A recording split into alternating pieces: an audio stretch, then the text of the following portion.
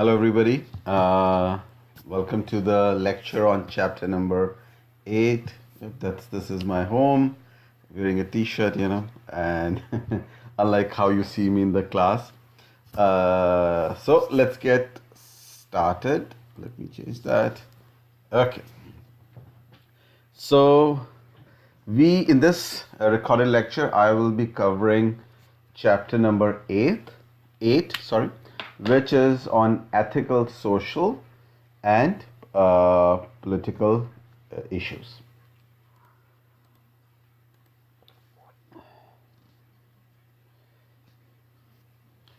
Just to talk quickly about, uh, if you are in my morning class, in my 12:15 class, I'll stop this lecture in between, so rest I can cover with you when we meet on Thursday. And for the people who are in my evening class at 6 p.m., for them I'll record a complete a lecture covering the whole chapter number 8. In addition to that, let me show you this as well under your for people in section A, which is the morning section. Well, the setup is still the same. This is your project phase 3, which is due 2 weeks from today on March 26th, and I'll discuss it again. I'll discuss it. Actually, I'll discuss it with both evening and day class because we will be meeting before that. Just to open it up, what's in there? This is the phase number 3. Requirement is 5 to 7 pages, 12-point font, just like last time. One submission per group in class and online. By in class I mean printout and on Blackboard. So far you have done this point 1, 2, 3. Business description, and you provided me phase 2, your business plan. Now we are moving to phase 3, which is selection of your hardware, software needed to run your business. How will you maintain your website? Security, privacy, payment practices, some of them will be covering today. Logistics, order fulfillment, and financial analysis. So this is what is your phase number 3. So in phase number 3, I'm asking you if you will be running your website yourself, what all will you need? Give me a list of how many servers you will need, how many laptops will you need for yourself, things like that. Same way, if you are hosting your website on a cloud, let's say you're going with Gator Host or GoDaddy or Amazon, what's the price structure in that case? And finally, give me something about what kind of smartphone presence you are planning. You will not be developing a website, but give me your thoughts about that. Finally, I would also like you to look for domain names in which you are interested, and are they available or not. Then talk about your website maintenance. Who will be maintaining it? What's your plan for that? If you're outsourcing your maintenance to, let's say, Amazon or some other third-party company, then they will be maintaining it, but then your cost goes high. So that's what you have to talk about. Security. What's your security and privacy policy? You have to come up with that. How long, let's say, for example, you will keep your customer credit card information. If they are opening their account, what all information you will ask from them, who all will have access to it, things like that. Finally, your logistics and order fulfillment. If you are depending on somebody else, let's say some other artists, to make your work, or somebody else for your fashion merchandising, how will you get the raw materials, your products from your suppliers? Then finally, on page number 6 610 and 611 of your book, there is a nicely laid down sample of financial analysis. This is not a financial analysis class, but I still want you to give me some sort of financial analysis of your company for 3 years and showing me what year do you think you will be profitable. So if you are buying laptops for yourself, servers for yourself, put that money here. If you're renting a room, if you need a warehouse, if you need a car for your company, put all that cost right here in your operations budget. So that is your phase number 3. And again, when we will be meeting next, whether on coming Thursday or Tuesday, I will again go through this with you. To show you quickly, for my evening class, same setup right here is your plan.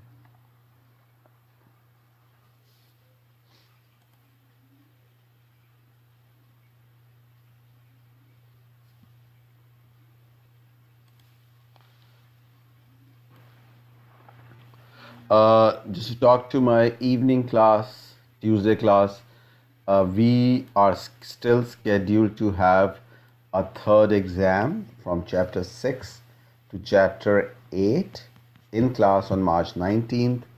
So that will be in the second half of the class. I once in next 2 days I'll create the exam and I will send you much more information about it in my email. For my Thursday class, I'll give you more information about it on Thursday.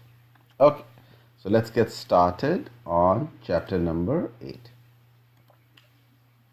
So chapter number 8 starts with this case study, which is about Google, and this case, which was filed by a person living in Spain, I think in 2010.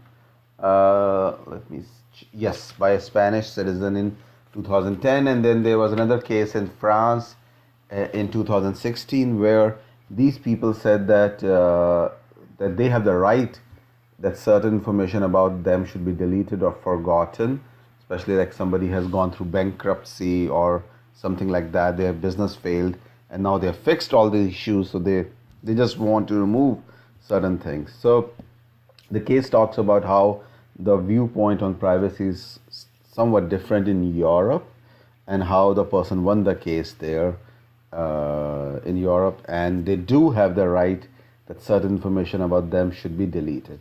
And then the case goes a little bit more in detail. Like for example, if somebody sitting in Spain searches on a person and searches on a person, like in this example, his name was Mario. So the results which somebody will see sitting inside Spain were different for Mario, who's a Spanish citizen, versus if you come out of Spain, or in this case European Union, and do the same search about Mario in America, you will get different search results.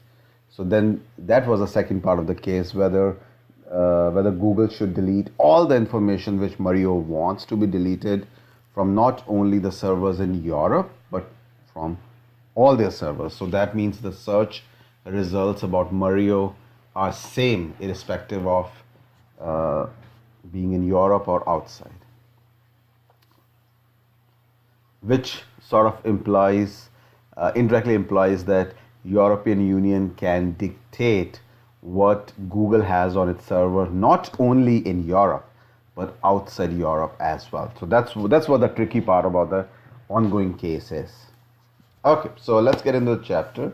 So this chapter talks about issues raised by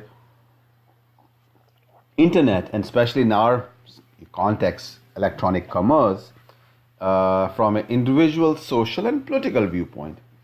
Individual could be how do you use e-commerce, like to download certain songs or movies from certain website. As a manager, what are you comfortable with in terms of which websites your employees are using.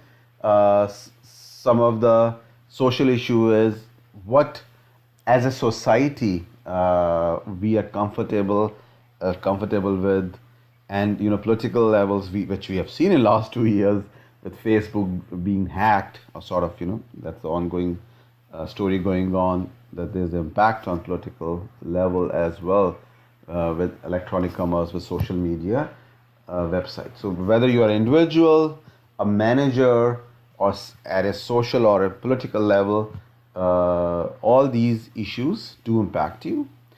And the issues which are raised by internet, you can categorize them under these four categories for individual, social, and at political level. So you can look at all these four categories from three different perspectives, and that's what your I think the figure on I have the book with me, on page 508 shows you. Figure 8.1, the moral dimensions of internet society. So what are these four categories? Information rights, what rights individual have for their own personal information. Property rights, which we will cover quite in detail in this chapter, which are your intellectual property rights, which has become a very huge, actually the first two are become very huge, but the property rights have some monetary value associated with it. So for example, if you're creating a song, a video, a digital book, online, any digital content, what right do you have, for how long can somebody else use it, things like that. Then governance is who can control internet at state, federal, international body. We have talked about that previously as well. Remember, we discussed that question, who controls internet. And then finally, public safety and welfare, which is a tricky question. So let me give you an example as stated here. Should government provide internet to everybody for free? Like if you think about it, in this university, Ashland, you are here. Can you do your homework if let's say you do not have access to internet? Like this lecture I'm delivering to you via internet. So is internet something which is a basic requirement for you to attain your education in your pursuit of happiness and prosperity? That's what one of the tenets of America is. So now the question arises, does internet has become a very basic need? Are the answer yes or not? So that is sort of the public's welfare. The public safety, you can say, should gambling and pornography, should it be somehow controlled, banned? And the answer is yes, we do it in America because it somehow is a threat to public safety. Same way, is something hate speech, or does it fall under freedom to speech? The First Amendment, that we have freedom of speech. So how to how to balance that viewpoint? Okay, so now let's look at each of those categories, starting first with the So before we examine these four categories in the book, the book looks at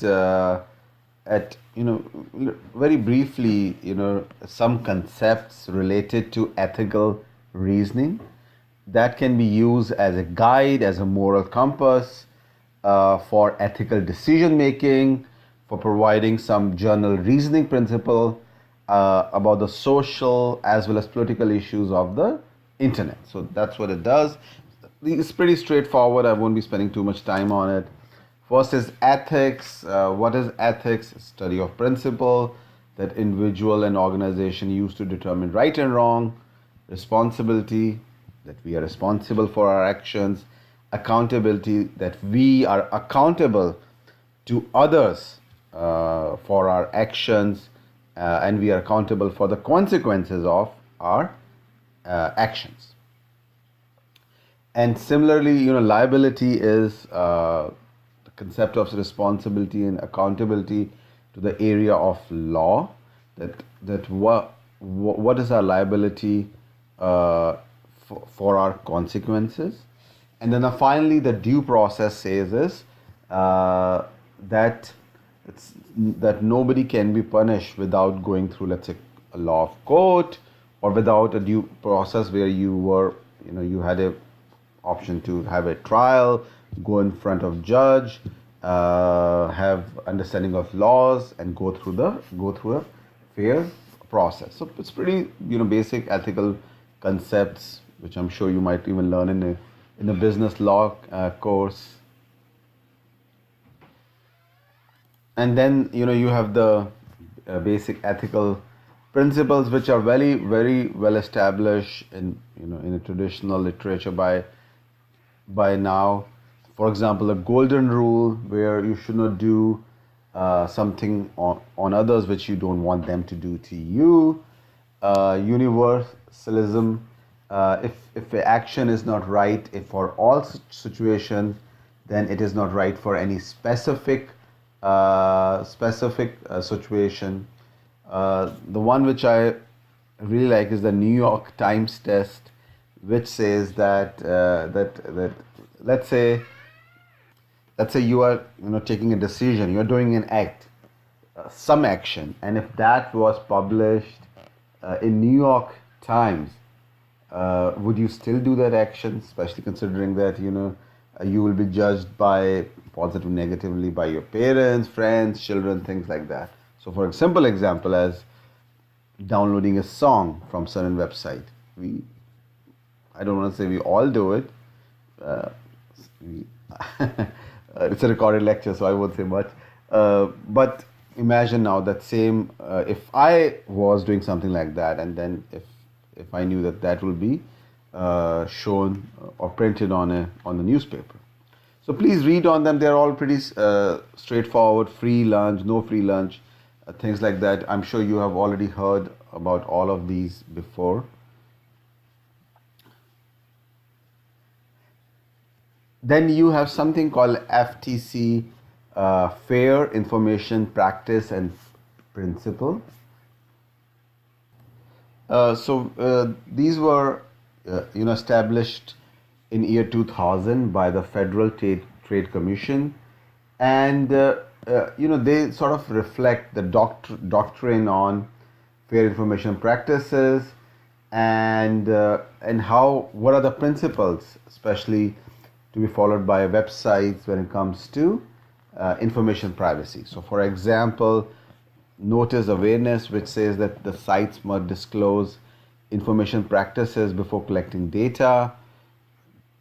Choice or consent, there must be a method for allowing consumer to choose how their information will be used by that website, and more importantly, they should have the option to opt in or opt out of that kind of data collection. And this will be discussed a little bit more in detail in the later part of this chapter. Okay, so let's get into the heart of this chapter, which is intellectual property rights. What is intellectual property? Intellectual property encompasses all tangible and intangible. Okay, guys, I just paused the video and made it a little full screen. So, intellectual property includes both tangible and intangible products of our mind. So, what's tangible? Generally, if I'm in the class, I'll ask, "What's tangible?" The answer is, if you can touch, feel, smell something, that's tangible. Intangible is something you cannot touch, feel, opposite of that. So what is a tangible product? A car, a book, a furniture, a chair. Anything you can touch is intangible. Intangible would be electronic book, music, video, any digital content you create. Those are all intangible products. So all kind of tangible or intangible products are covered by intellectual property right. Then there are four kinds of protection available for intellectual property. Before we get into those four kinds, let's overall look at some of the issues with intellectual property. Major ethical issue is, how should we treat property that belongs to other? Are we allowed to copy a picture taken by somebody else after 10 years, maybe after 25 years, maybe after they have died? Can I use a video created by somebody else movie, digital content after 10 years? If an author wrote a book in 1950s, can I now copy it and present it as my work? That's your ethical issues. Social issue is there a value for society in protecting intellectual property? What would be an example of that? There is a quite lot of, especially in some of the other countries, there's always this concern that certain pharmaceutical companies, have monopoly over certain medicine, intellectual property, by intellectual property rights, and they sell that medicine at a very high price. So the question could be, is it good for the society that we should provide the protection that nobody else can sell that medicine or things, something like that? Then you have political issues associated with it, that who and how can internet or electronic commerce be regulated so that we can protect people's intellectual property. So if somebody has created a podcast or a digital content, we want that person to be owner of that content for, at least for X number of years. We don't want anybody to come and copy and start using their work. So how do we protect intellectual property of individuals, corporations, companies? As I mentioned earlier, there are four ways to do that: copyright, patent, trademark law, and trade secret law. The goal of intellectual property law, by providing these four options, is that they want to balance two competing interests, public and private. Public wants somebody like, people like me, all of us, we are public. We want access to digital content for as low price as possible. Maybe for most of the time, we want it free. So I want to watch a movie online for free. That's sort of the best thing for me. On the other hand, by private it means the person who has created that content, maybe the guy who created that movie, they want to make as much money, maximize the return or the reward for reward for their from their digital content. So they want to make as much money as possible. So those are the two sort of opposing competing interests. Public wants it for free. The person who created that content wants to maximize their reward. So how do we balance this? And with this 21st century, we are in 2019, the technology has made this balance very difficult because creating copies of songs, movies, games so quick, and more than quick. 15 years back, if you made a pirated version of a movie or a song, you would be giving DVDs out to somebody, CDs out to somebody. Right now, if you have a pirated copy of a song or movies, you put it online, and within 10 minutes, millions of people can make copy out of it. So that how quickly that can spread has changed, and that's why this whole the balance have somewhat changed with this new technology, especially considering how quickly an illegal copy of a song or a movie or digital content can be distributed to people. Okay, so let's look at the first one, copyright. So copyright protects original forms of expression but not ideas. So it's a key distinction which we should understand, that let's say if you created a software program like Facebook, Twitter, uh, or Google, somebody else can make it too. Uh, as long as, so somebody else can have similar idea, they can steal that idea, as long as they are doing their, in this case, their own programming. So if tomorrow I want to make something similar as Facebook, I can steal that idea of this social media, people coming together, as long as I am doing my own coding, my own programming. So I cannot steal their original form of expression. And in this case, what was their original form of expression? Their code, right? So, like for example, Google has a code behind the algorithm. I can make their, Google has their algorithm for search results. Bing does, Yahoo does. So nobody has a copyright, that nobody, copyright doesn't say you cannot create a search algorithm or a search engine anymore. All it says is that nobody else can steal Google's coding for the algorithm and start using it. Same way, if I see a product tomorrow, I can make I can make a similar, or let's say I see a painting tomorrow, I can try to make the painting myself if I can paint it myself. I just cannot take its digital picture and start selling it as my own work, because then you are stealing the original form of expression. So the movies, songs, they all have copyright because that's the original form. You cannot steal a song or a movie.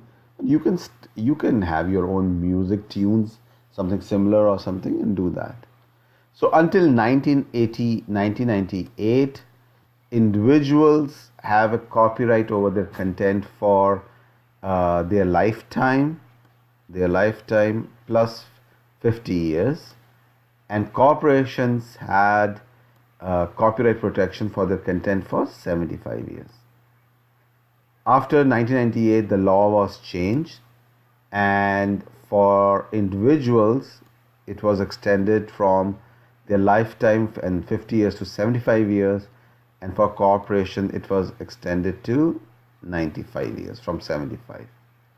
And the reason it was done is mainly done because of Disney company, who Disney company was losing their copyright protection over their Mickey Mouse, all the Donald Duck, and all those things. So this is a nice article, you can go and read about it. So every time Disney is about to lose its copyright protection over Mickey Mouse, Minnie Mouse, because even if you created the product, as the law says, the protection is only for 50 years, lifetime plus 50 years, and 75 for corporation. After that, anybody could have been able to use Mickey Mouse and Minnie Mouse. So they got the law change. So now their protection runs out in 2023, and it's a I would say I can make a prediction that they will again start doing lobbying the Congress, spend money, and try to get this protection further extended, because they don't want somebody else have the right to use Mickey Mouse and stuff. So sometimes the Copyright Act is also called Mickey Mouse law because of this reason. Okay, so that was that, the little tangent. 1980 was the first time when computer related content was also incorporated in the copyright under the Computer Software Copyright Act, which says that somebody cannot copy your entire program, but they can have similar ideas as you. What do I mean by that? So there was this case where Apple filed a case against Microsoft and HP, and Apple said, they came up with this idea of overlapping windows, and then Microsoft and HP also started doing that same thing. So Apple filed a case. This is an overlapping window. You have one window. Oops. You have one window open, second, third, and they are overlapping, right? Like for example, like I have this one window. See, they are overlapping. So Microsoft, Apple came up with this idea, and they said nobody else can do it. And of course, as I just I just showed you, I have a Windows machine and I was able to do it. So Apple lost that case, and that's the reason you see, uh, similar use of buttons like save, print, and stuff across multiple different companies' software, because as long as you are doing your own coding as how save button works or how overlapping windows work, that's fine. You just cannot steal their whole code, but you can copy somebody's idea. So that is under copyright protection. But remember, again, by copyright protection, you cannot simply steal somebody's music or films or things like that. And then uh, the Copyright Act was further modified in 1998, which was a pretty big change, with the Digital Millennium Copyright Act, which sort of now brought in the Copyright Act laws to the internet age, considering how much internet we were using. And it was a worldwide treaty which made it illegal worldwide to distribute digital content or to use devices that prevents protection over copyrighted material. So for example, nowadays when you buy a video game, if a disc of video game for PlayStation or Xbox, it has a certain technology on it which prevents you from making copy of that CDs. So that's what this that's what this means. And again, this law was tested when Viacom is the owner of BET Network, MTV Network, and Paramount Pictures. They filed $1 billion lawsuit against YouTube, saying that YouTube shows their songs, their clips of their movies, things like that. So they are violating their copyright. And of course, as you know, we can still today see clips of movies and things like that on YouTube. So YouTube did win the case, or they did not lose the case. So they didn't have to pay $1 billion. And but it's an ongoing struggle going on between digital content creator and YouTube. Sometimes they say, okay, we show only 2 minutes of a certain movie or a show, so we are not showing the whole movie, or they say they are not aware that there such content exists on their platform, which is YouTube, things like that. Or maybe somebody is doing it for a non-profit use or only for a very partial use of a video or a movie. So what they are trying to do is there is a loophole in Copyright Act which is called Fair Use Doctrine, which was meant for somebody like me, a professor. It was meant for us that the professors, like somebody like me, or teachers, professors, teachers, writers, we can use like let's say a book. I can use it in my class as long as I'm not charging my students any money for it. I'm partially using that book. My use is unplanned. So then I can go ahead and use somebody else's article or books in my class. So I'm using it for a non-profit use, and I'm partially using a book or an article. So right now the biggest struggle is going on is with YouTube, because that's where most of the copyright act is violated because with all the digital content being uploaded on YouTube. So this is an interesting article you can read. Then even YouTube have their own channel, YouTube channel.